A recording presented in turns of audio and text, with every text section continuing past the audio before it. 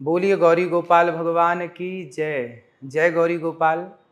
आप सबको एकादशी की बहुत बहुत शुभकामनाएं। इस बार फिर कन्फ्यूजन है कि एकादशी कब है, तो आपको बता दूं कि आषाढ़ मास के कृष्ण पक्ष की जो एकादशी है इस बार 22 जून 2025 को आ रही है। तो आप 22 जून को ही एकादशी करें, क्योंकि द्वादशी युक्त एकादशी 22 जून को है। और इस एकादशी का नाम है योगिनी एकादशी। इसे योगिनी एकादशी क्यों कहा जाता है? कहते हैं कि एक बार कुबेर के दरबार में, कुबेर के राज्य में, स्वर्ग लोक में जो कुबेर जहाँ विराजते हैं, तो कुबेर भगवान शिव के बहुत बड़े पुजारी हैं। एक दिन अपने हेम नाम के माली को कुबेर ने कहा कि जाओ बगीचे से भगवान शंकर के लिए पुष्प लेकर के आओ।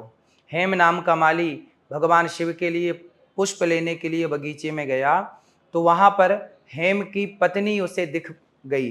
तो वो अपनी पत्नी में डूब गया, आसक्त हो गया और अपने पत्नी के साथ वह रमण करने लग गया। तो पुष्प लाने में हो गई देर।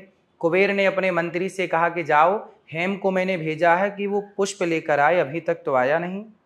मंत्रियों ने जाकर देखा तो वो अपनी पत्नी के साथ बगीचे में क्रीड़ा कर रहा है, रमण कर रहा है, पत्नी के साथ मस्त है।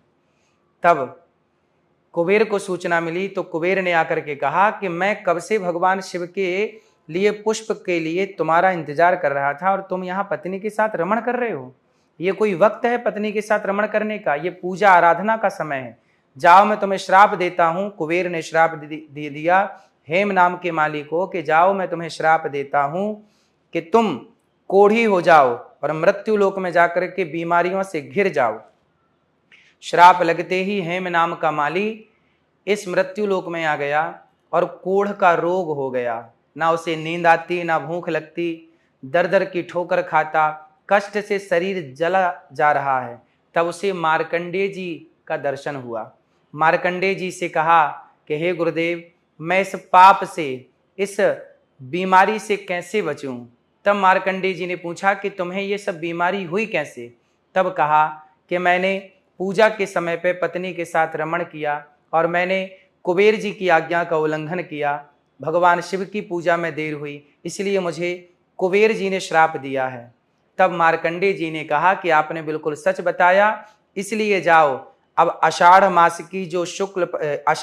के जो कृष्ण पक्ष की एकादशी आएगी, जो कि इस बार 22 जून को है, तो आप भी इस योगिनी एकादशी को करेंगे तो आप इस कोढ़ के रोग से मुक्त हो जाएंगे।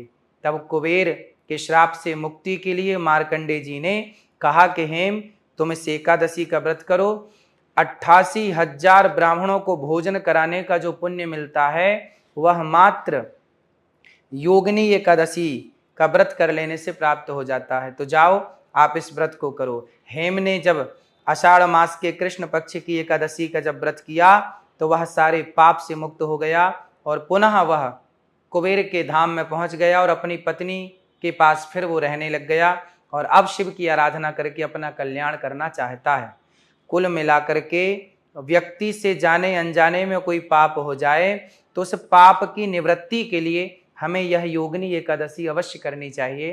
तो आप सबको योगिनी एकादशी की बहुत बहुत शुभकामनाएं और आप एकादशी अवश्य करें। एकादशी के दिन आप दशमी के दिन ही, मतलब आप 21 तारीख को ही रात्रि को भोजन ना करें, सूर्य अस्त के पहले भोजन कर लें और 22 जून 2025 को आप सुबह से लेकर शाम तक केवल भगवान का कीर्तन करें।